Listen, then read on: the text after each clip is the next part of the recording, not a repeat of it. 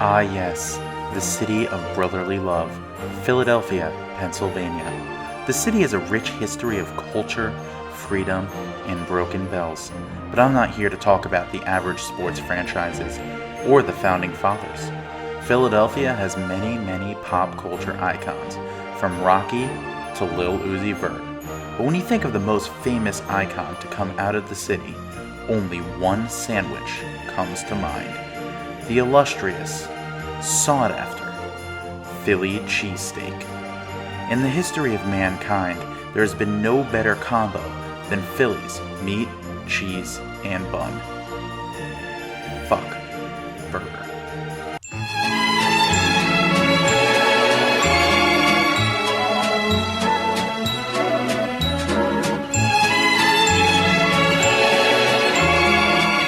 What up, guys? Welcome to my brand new cooking show. It's called This Kitchen is Bitchin'. I'm currently sitting here at my mom's house because I haven't moved out. I got my cameraman, my man Doan. He's sitting there. He's from Philly, so with the first video, we're gonna do a cheesesteak. Come on, Ryan, let me see some of these ingredients. See this? We're gonna use some peppers and onions. We got some nice ass ribeye. We got this bakery fresh bread. And we got some provolone cheese. We're gonna do it with Whiz, without Whiz. I don't know what the fuck that means. I live in Connecticut. So let's get it going.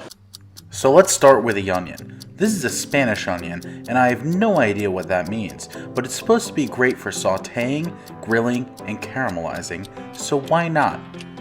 So we're gonna start by making 6 cuts right down the middle, because I have no idea how to cut onions.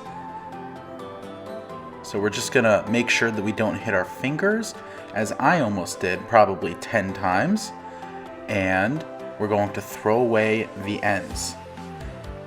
After that, we make sure that they're all lined up, and we just start fucking hacking away at the thing.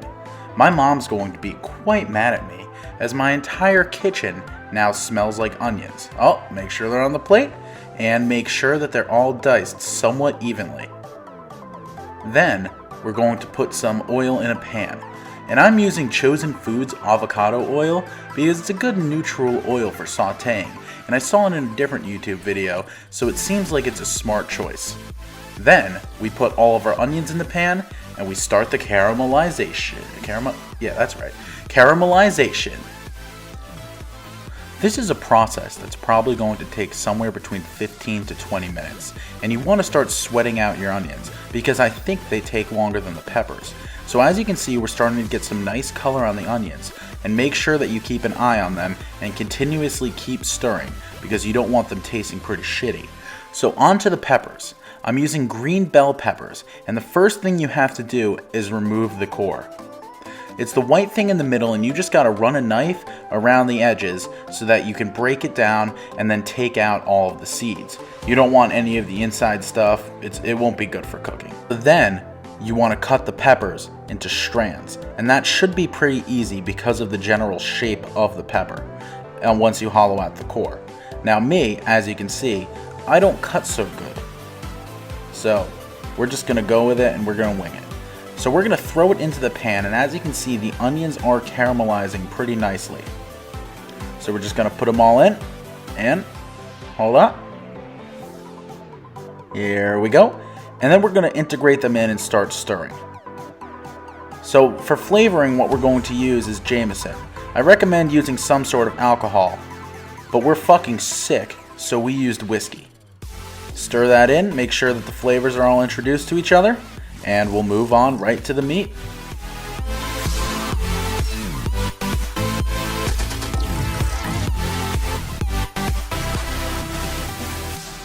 So you want to put your ribeye in the freezer for around 30 minutes. Now, my steak has been sitting on the counter since I started making the video, so it isn't as firm as I'd want it to be, but regardless, it's still decently firm. I mean, hey, we all have problems keeping it stiff. So we're going to slice it into pretty equal slices. We want to go very thin with it because that'll work best on the griddle.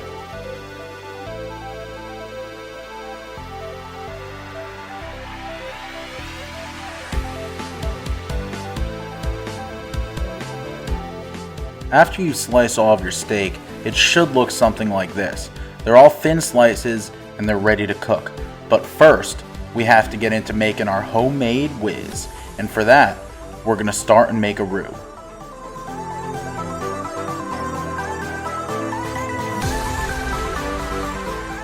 To make the roux for the homemade cheese whiz, you need to start with 2 ingredients. You need to start with flour and you need to start with butter. I'm just using some all-purpose flour and it works for pretty much anything. Also, I'm using some lightly salted butter. I don't know the difference, but I'm sure it'll taste better. Now, if you spill some flour on the counter, it's completely fine, as you can just clean it up with your nose as you keep going. Not a bad move. So, as you can see, the roux is starting to bubble. And what we want to do is we want to add some seasoning. So I'm adding salt, pepper, and a little bit of paprika. I don't know why I'm adding paprika, but I think that it would actually be pretty good to add a little bit of color and a little bit of spice to this. So let's go ahead with it.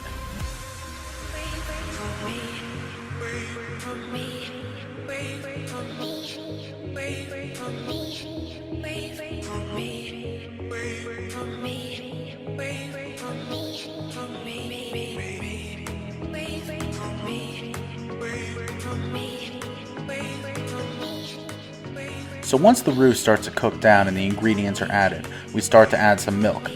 And most of this is just adding milk by look and by taste. So I think this seems like enough milk, however much it might be, and we're going to keep stirring. But next, we have the big component. We're adding our cheese. And for the cheese we're adding, I'm going to be using provolone. It seems to make the most sense. I know that most whiz isn't made with provolone, however, for our homemade whiz, I feel like that might be best, because typically when you order a cheesesteak, it comes with either the choice of whiz or provolone, so why not combine it?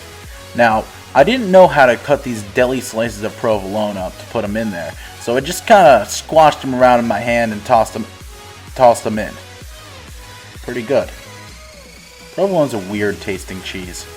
So now the griddle, now the griddle's starting to heat up, and you can see that the whiz is starting to get a little bit thicker. This is good, because now we're just going to keep on mixing, and we just want it to get to the right consistency to put on our cheesesteak.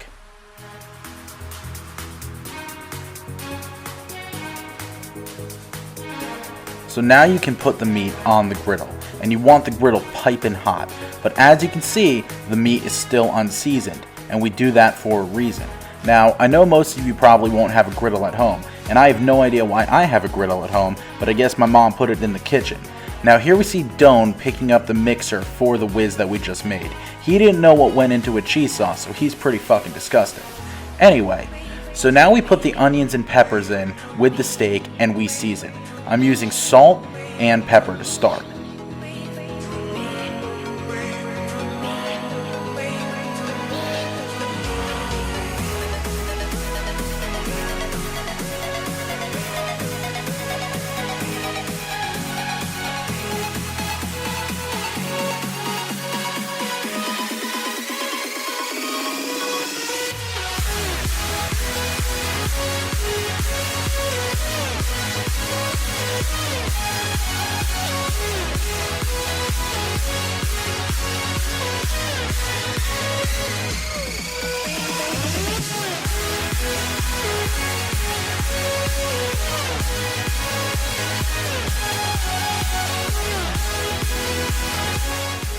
The steak, onions, and peppers are looking beautiful.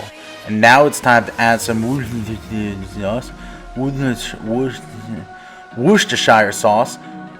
Yeah, did I just get that? Add it to the steak, and that'll give it a little bit of extra flavor.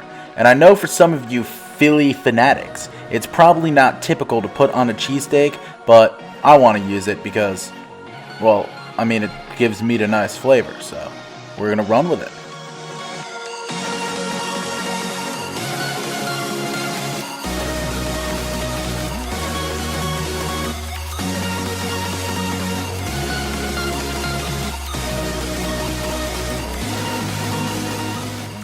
So now, once you think the steak, onions, and peppers are nicely cooked, we're going to start assembling.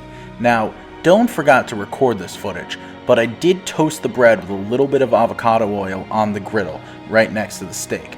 So first, we're going to put a layer of Whiz down, and that is looking nice and creamy.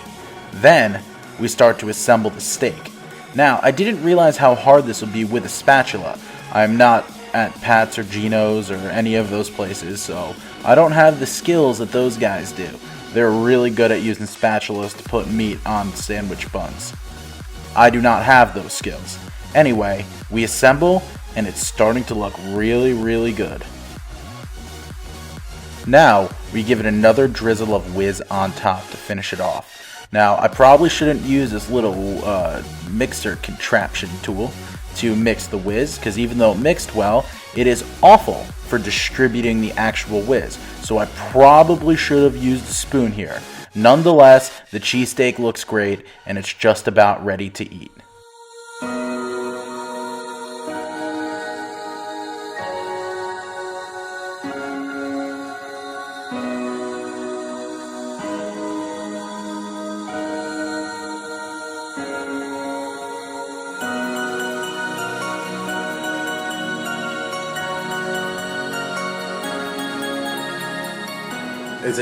It has to be like a downwards pointing angle. Why? So that it looks slender. It was yours. I know, I'm more self-conscious than a middle school girl. I realize that. I'm ready. I'm like, it's recording. Oh. Hope that was a very informative video. But now time for the best part.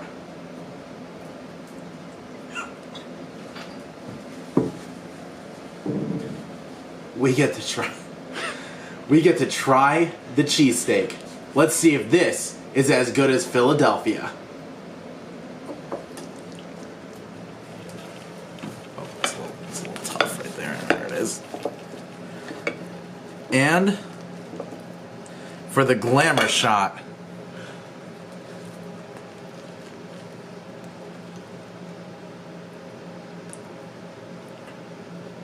it's actually pretty good. I'm sure it is. Dude, that's fucking nuts. I can't believe it's actually good. I can. It took you 3 hours to make it.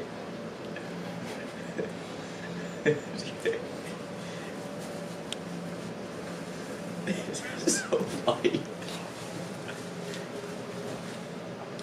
Fuck.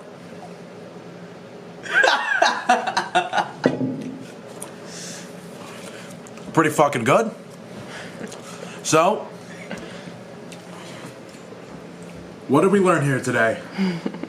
You guys want to make a Philly cheesesteak at home? You can. And if you want to So thank you so much for tuning in, and stay tuned for more. This kitchen is bitchin'.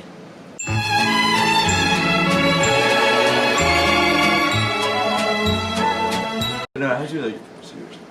It's like not even on the plate.